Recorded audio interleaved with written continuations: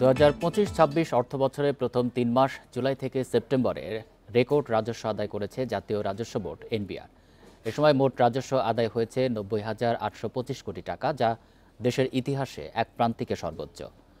এর আগে ২০২৪-২৫ অর্থবছরের একই সময়ে রাজস্ব আদায় ছিল ৭৫,৫৫৫ কোটি টাকা। প্রবৃদ্ধি হার দাঁড়িয়েছে ২০.২১%। এর আগের বছর ২০২৩-২৪ অর্থবছরের প্রথম ৩ মাসে আদায় হয়েছিল ৭৬,০৬৮ কোটি টাকা।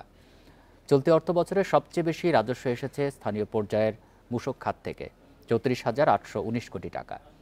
আয়কর ও ভ্রমণ কর খাতে আদায় হয়েছে ২৮,৪৭৮ কোটি, আর আমদানি রপ্তানি খাতে ২৭,৫২৮ কোটি টাকা। এনবিআর জানায়, কর ফাঁকি রোধ ও কর পরিপালন জোরদারের ফলে রাজস্ব আদায়ে এই প্রবৃদ্ধি অর্জিত হয়েছে। দেশে বাড়ছে দারিদ্র্যের হার। প্রতি ৪ জন মানুষের মধ্যে একজন দরিদ্র। বেসরকারি গবেষণা সংস্থা পিপিআরসি প্রতিবেদন বলছে, ২ বছরের ব্যবধানে দারিদ্র্যের হার বেড়েছে প্রায় ৯%। বিশেষজ্ঞরা বলছেন, নিত্যপণ্যের দাম বাড়লেও বাড়েনি আয়, পাশাপাশি রয়েছে উচ্চ মূল্যস্ফীতি আর কর্মসংস্থানের অভাব, আর এতেই বাড়ছে দারিদ্র্য।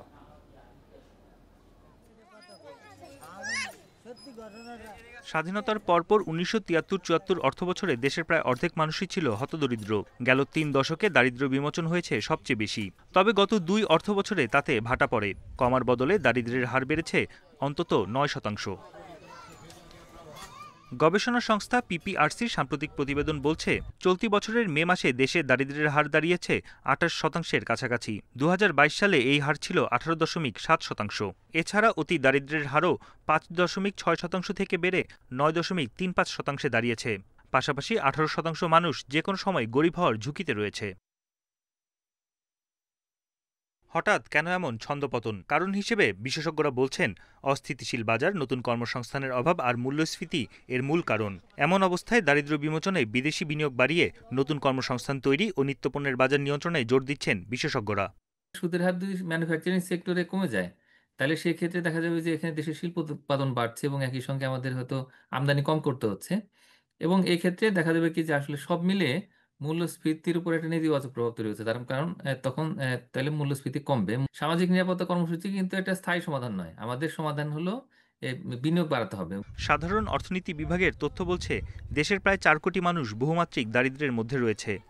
এ ধরনের দারিদ্র্যের হার শহরের তুলনায় গ্রামে প্রায় দ্বিগুণ। বন ইবনে কামাল, ইন্ডিপেন্ডেন্ট নিউজ, ঢাকা। রাজধানীর বাজারগুলোয় সবজির সরবরাহ ভালো হলেও দাম এখনও চড়া। শীতের আগাম সবজি কিনতে হচ্ছে ১০০ টাকার বেশি দামে।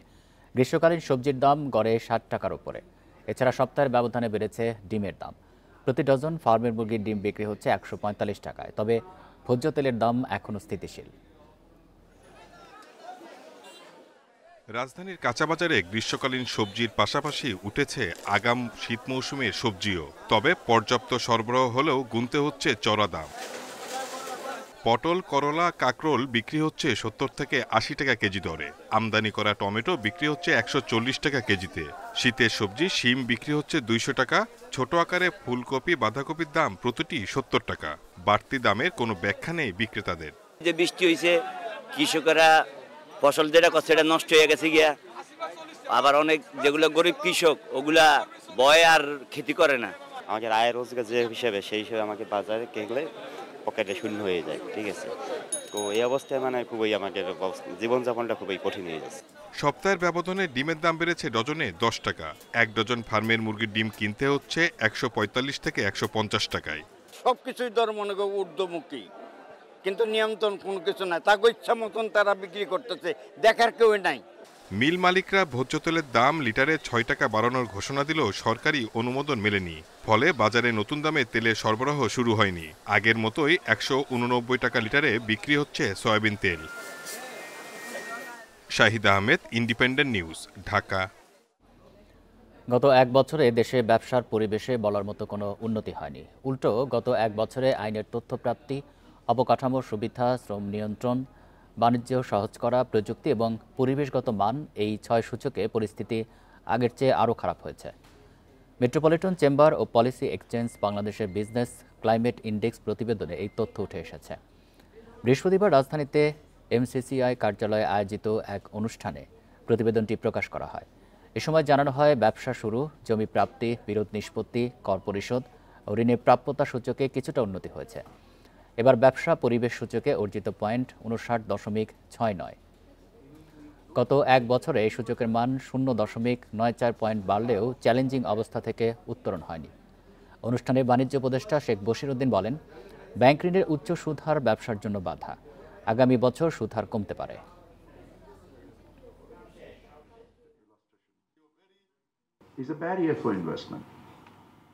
কর পরিশোধ ও ঋণের প্রাপ্যতা সূচকে কিছুটা উন্নতি হলেও ব্যাংক ঋণের উচ্চ সুদহার ব্যবসার জন্য বাধা। আগামী বছর সুদহার কমতে পারে। দেশের দারিদ্র্য এবং বিনিয়োগ পরিস্থিতি নিয়ে আলোচনা করতে শাহবাগ থেকে আমাদের সাথে যুক্ত হচ্ছেন অর্থনীতিবিদ ডক্টর মাহফুজ কবির। জনাব মাহফুজ কবির, আপনাকে স্বাগত জানাচ্ছি ইন্ডিপেন্ডেন্ট সংবাদে। আপনার কাছে প্রথমেই জানতে চাই যে একসময় বাংলাদেশকে দারিদ্র্য বিমোচনের রোল মডেল বলা হতো, কিন্তু এখন আবারও দারিদ্র্য বাড়ছে, এটির কারণ কি? হ্যাঁ, ধন্যবাদ। আসলে খুবই একটা উদ্বেগের বিষয় এটি যে আসলে দারিদ্র্য আবার মাথাচাড়া দিয়ে উঠছে এবং অতি সম্প্রতি কয়েকটি গবেষণা প্রতিষ্ঠানের ফলাফলে দেখা যাচ্ছে যে আসলে দারিদ্র্যের পরিমাণ বাড়ছে এবং একই সঙ্গে বিশ্ব ব্যাংকও কিন্তু আমাদেরকে সতর্ক করে দিয়েছে যে এই বছর আরো নতুন করে 30 লক্ষ মানুষ দারিদ্র্যের সীমার নিচে চলে যেতে পারে। মূলত কম বিনিয়োগ, কম প্রবৃদ্ধি এবং কম কর্মসংস্থানের পাশাপাশি দীর্ঘদিন ধরে একটা উচ্চ মূল্যস্ফীতি রয়েছে। এটার কারণে মানুষের আসলে প্রকৃত আয় কমে গেছে এবং মানুষের আসলে ক্রয় ক্ষমতা কমে যাওয়া এবং একই সঙ্গে অনেক মানুষ, বিশেষ করে যারা একেবারে দারিদ্র্য সীমার কাছাকাছি আছেন কিন্তু নিম্ন আয়ের মানুষ, তাদের অনেকে সঞ্চয় ভেঙে খেয়েছেন এবং এখন কিন্তু আসলে এই মূল্যস্ফীতির সঙ্গে কুলিয়ে উঠতে পারছে না তারা। তাদের বেতনও বাড়েনি, নতুন নতুন কর্মসংস্থান তৈরি হয়নি। এই সব মিলিয়ে এই সমস্ত কারণেই মূলত আসলে এই দারিদ্র্যটা বেড়ে যাচ্ছে এবং এটি একটা বড় রকমের একটা চাপ তৈরি করছে অর্থনীতিতে।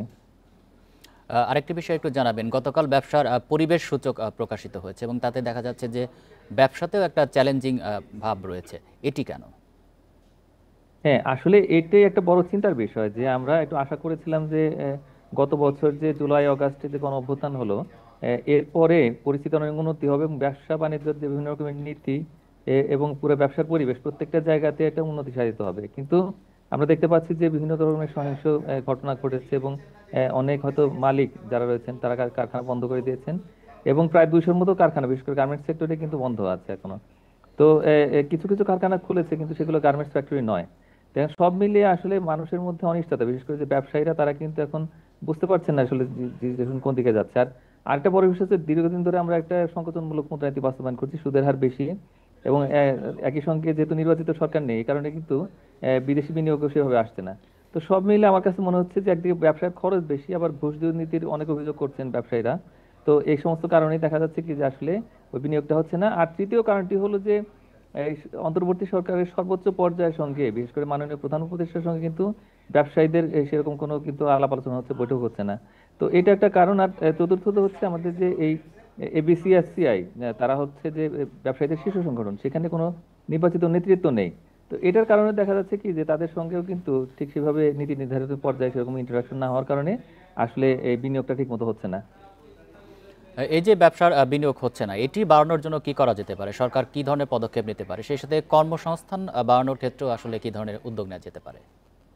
আমি মনে করি যে যদি মাননীয় প্রধান উপদেষ্টার সঙ্গে অন্তত গুরুত্বপূর্ণ ব্যবসায়ীদের, বিশেষ করে যে বিজিএমইএ, বিকেএমইএ সেখানকার যে নেতৃত্ব এবং একই সঙ্গে যে অন্যান্য যারা গুরুত্বপূর্ণ ব্যবসায়ী তাদের সঙ্গে যদি একটা বৈঠক হয়, মনে করি যে আসলে অনিশ্চয়তা অনেকটা কেটে যাবে এবং এক্ষেত্রে ব্যবসায়ীদের সঙ্গে সরকারের দূরত্ব কিছুটা কমবে। আর দ্বিতীয়ত হচ্ছে খুব দ্রুত আসলে এবিসিসিআইতে নির্বাচন দিতে হবে। নির্বাচিত পর্ষদ আসলে তখন কিন্তু সিদ্ধান্ত নিতে সুবিধা হয় মানে ব্যবসার ক্ষেত্রে। আর তৃতীয়ত হচ্ছে যে সংকোচনমূলক মুদ্রানীতি থেকে বের হয়ে আসতে হবে। এটা না হলে কিন্তু আমাদের আসলে বিনিয়োগটা বাড়বে না। আর নির্বাচনটা যথাসময় হতে হবে, মানে ফেব্রুয়ারির মধ্যে হতে হবে। তো এই জিনিসগুলো আমাদের করতে হবে। এর পাশাপাশি আমাদের আসলে এই সার্বিকভাবে ব্যবসার পরিবেশটা ভালো করতে হবে। এটা না করলে কিন্তু আসলে এই যে ব্যবসায়ীর পিছিয়ে আছেন তারা কিন্তু নতুন বিনিয়োগ করবেন না। তো আমাদের সার্বিকভাবে বিনিয়োগের স্বার্থে এবং দেশের প্রবৃদ্ধির স্বার্থে আসলে এই ধরনের সংস্কার যদি করা হয় তাহলে দেশের অর্থনীতিতে চাঞ্চল্য ফিরবে এবং একই সঙ্গে আমাদের যে এখন যে দারিদ্র্য নিয়ে আসলে চিন্তা করছি সেগুলো হয়তো আর আমাদের দুশ্চিন্তা করতে হবে না। দারিদ্র্য বৃদ্ধির ক্ষেত্রে একটি বড় কারণ বলা হচ্ছে উচ্চ মূল্যস্ফীতি। এটি আসলে কোনোভাবে নিয়ন্ত্রণ করা যাচ্ছে না। কিছুদিন নিয়ন্ত্রণে থাকলেও পরবর্তীতে আবারও সেই আগের অবস্থায় ফিরে আসছে। এটিকে আসলে কিভাবে নিয়ন্ত্রণ করা যায়? হ্যাঁ, এটা আমাদের যে একটা কথাবার্তা ছিল যে একটা সংকোচনমূলক মুদ্রানীতি যদি বাস্তবায়ন করা হয় তাহলে সেই ক্ষেত্রে হয়তো মূল্যস্ফীতি কমবে, কিন্তু আসলে এটা তো ব্যবসার খরচ আরো বেড়ে যাচ্ছে, তার কারণ সুদের হার বেশি। তো যার ফলে ব্যবসায়ীদের কিন্তু কম মূল্যে পণ্য উৎপাদন করতে পারছে না, খরচটা বেড়ে যাচ্ছে। আবার কৃষি ঋণের সুদের হার 12.5% বেশি। তো এইটা দিয়ে কৃষকেরা কিভাবে কম খরচে পণ্য উৎপাদন করবেন? তো সব মিলিয়ে দেখা যাচ্ছে খাদ্যপণ্যের দাম বৃদ্ধি এবং অন্যান্য যে সমস্ত ম্যানুফ্যাকচারিং সবকিছুর দাম বেড়ে যাচ্ছে। তো এই জায়গা থেকে আমাদের আসলে বের হয়ে আসতে হবে, আমাদের একটা নমনীয় মুদ্রা নীতি অনুসরণ করতে হবে এবং সুদের হার কমাতে হবে। এটা হলে তখন কিন্তু উৎপাদন খরচ কমবে, আর একই সঙ্গে ব্যবসায়ীদেরকে এনকারেজ করতে হবে যাতে করে তারা আসলে বিনিয়োগ করে, এবং সেটার জন্য আমি মনে করি যে সরকারের সঙ্গে ব্যবসায়ীদের খুব ঘন ঘন আলাপ আলোচনা করতে হবে। আমাদের যে জুলাই চার্টার, এটা তো সাইন আজকে যেটা এটা হচ্ছে, তো এরপরে আমাদের একটা মূল কাজটা হবে যে ব্যবসায়ীদের মধ্যে যে সমস্ত আসলে একটা অনিশ্চয়তা রয়েছে, তো সেটা কাটানোর জন্য সরকারের শীর্ষ পর্যায় থেকে তাদের সঙ্গে আলাপ আলোচনা করা। ব্যবসায়ীদের বিনিয়োগ করতে যে আস্থার প্রয়োজন, সেই আস্থা কি তাদের মধ্যে এখন আছে, এবং সেই আস্থা বৃদ্ধি করতে হলে আসলে কি ধরনের উদ্যোগ নেওয়া যেতে পারে? হ্যাঁ, দুটো কাজ করতে হবে মূলত। সেটি হচ্ছে যে এই আসলে এই আইস ব্রেকিংটা খুব ইম্পর্টেন্ট। মানে এখনো তো আসলে এই যে দূরত্বটা আছে, সেই দূরত্বটা কিন্তু আসলে কাম্য নয়। মানে এখন ব্যবসায়ীরা তো অর্থনীতির মূল চালিকা শক্তি, তারাই আসলে উৎপাদন করেন পণ্য সেবা, এবং তারাই রপ্তানি করেন, এবং তারাই কিন্তু কর্মসংস্থান তৈরি করেন। এখন এই কর্মসংস্থানের বৃদ্ধির জন্য তো বিনিয়োগ দরকার, এবং ওই জায়গাতে তো আমরা আটকে আছি যে বিনিয়োগটা হচ্ছে না ঠিক মতো, এবং এইখানে দেখা যাচ্ছে যে আলাপ আলোচনা হচ্ছে না। আগে যেরকম হতো যে আসলে ব্যবসায়ীরা চাইলেই শীর্ষ পর্যায়ের সঙ্গে যোগাযোগ করতে পারতেন, এই অভ্যাসটা কিন্তু ব্যবসায়ীদের হয়ে গেছে। এখন ওই অভ্যাস থেকে তো আসলে বের হওয়া যাচ্ছে না। তাদের মধ্যে অনেকের কষ্ট রয়েছে যে তারা অনেক কিছু হয়তো বলতে পারছেন না সব জায়গাতে। তো এখন এই আলাপ আলোচনাটা হলে কিন্তু মনের কষ্টটা দূর করা যায় এবং ব্যবসায় কিন্তু তাদের ফিরিয়ে নিয়ে আসা যায়। তো এই কাজটি করতে হবে, দেশের অর্থনীতির স্বার্থে আসলে আমাদেরকে ছাড় দিতে হবে। দিলে তখন কিন্তু আসলে ব্যবসায়ীরা উদ্যোগী হবেন, এবং একই সঙ্গে ব্যবসার খরচটা কমাতে হবে।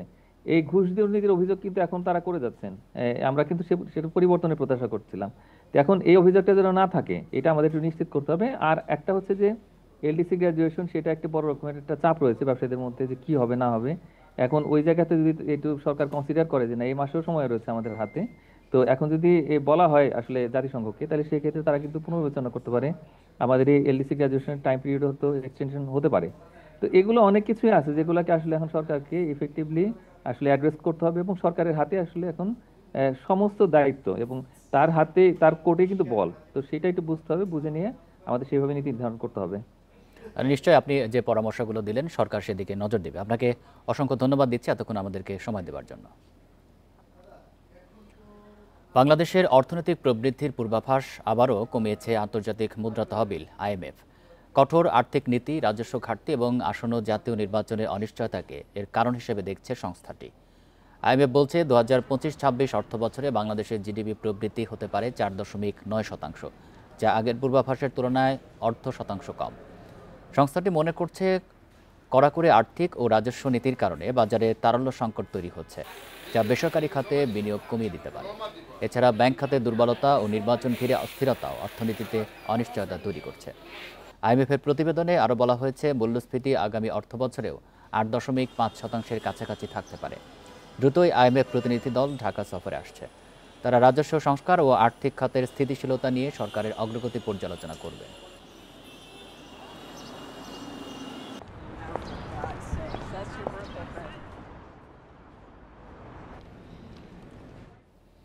নিষেধাজ্ঞা অমান্য করে মাছ ধরায় শরীয়তপুর ও রাজবাড়ীতে 21 জেলেকে আটক করেছে যৌথ বাহিনী। জব্দ করা হয়েছে 200 কেজি ইলিশ ও 25 লাখ মিটারের বেশি কারেন্ট জাল। ভোরে শরীয়তপুরে পদ্মা নদীতে মা ইলিশ রক্ষায় যৌথ অভিযান চালায় মৎস্য কর্মকর্তা, নৌ পুলিশ ও উপজেলা প্রশাসন। অভিযানে নিষেধাজ্ঞা না মেনে মাছ ধরায় 4 জেলেকে আটক করা হয়। জব্দ করা হয় 25 লাখ মিটার কারেন্ট জাল ও 160 কেজি ইলিশ। ভ্রাম্যমাণ আদালতে নির্বাহী ম্যাজিস্ট্রেট মেহেদী হাসান পলাশ জানান, জব্দ করা ইলিশ মাছ স্থানীয় এতিমখানা, মাদ্রাসা ও দরিদ্রদের মাঝে বিতরণ করা হয়েছে। পুড়িয়ে দেওয়া হয়েছে কারেন্ট জাল। এদিকে মা ইলিশ রক্ষা অভিযানে রাজবাড়ীর পদ্মা নদী থেকে আটক করা হয় 17 জেলেকে। জব্দ করা হয় 30,000 মিটার কারেন্ট জাল ও 40 কেজি ইলিশ।